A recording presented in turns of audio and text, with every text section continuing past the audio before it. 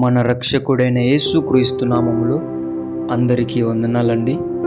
ఈరోజు దేవుని మాటలు సామెతల గ్రంథము 4వ అధ్యాయము 4వ వచనము.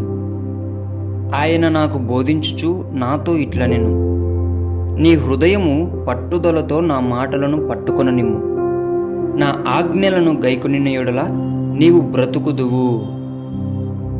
ప్రేమని దేవుని బిడ్డలారా, మనం ఈ లోకంలో బ్రతకాలి అంటే దేవుని మాటలను మనము హృదయముతో పట్టుదలతో పట్టుకోవాలా.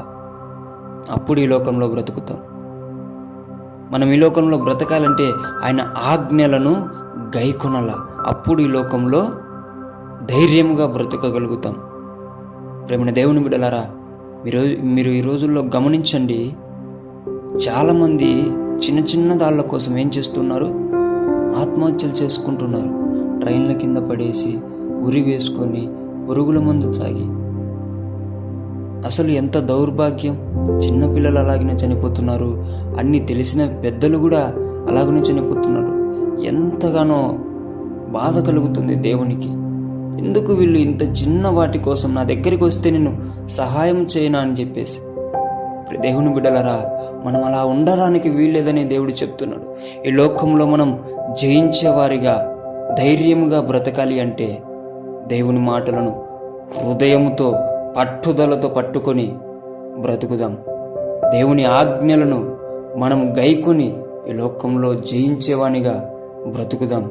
నీతిమంతులు సింహము వలె ధైర్యముగా ఉంటారని దేవుని వాక్యం ఉంటున్నది. దేవుని బిడ్డలారా, మనము కూడా ఆయన రక్తములో, యేసు రక్తంలో కడగబడ్డాం కాబట్టి, ఆయన మనల్ని కుమారులుగా అంగీకరించాడు కాబట్టి మనం నీతిమంతులం.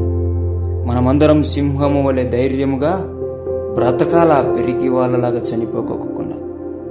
దేవుని బిడ్డలారా, ప్రతి ఒక్కరు కూడా హృదయముతో దేవుని మాటలను పట్టుదలతో పట్టుకొని విడిచిపెట్టుకోకుండా ఆయన ఆజ్ఞలను గైకొని ఈ లోకంలో ధైర్యంగా బ్రతకాలని దేవుని పేట మనవి చేసుకుంటూ దేవుడి మాటలను దీవించునుగాక.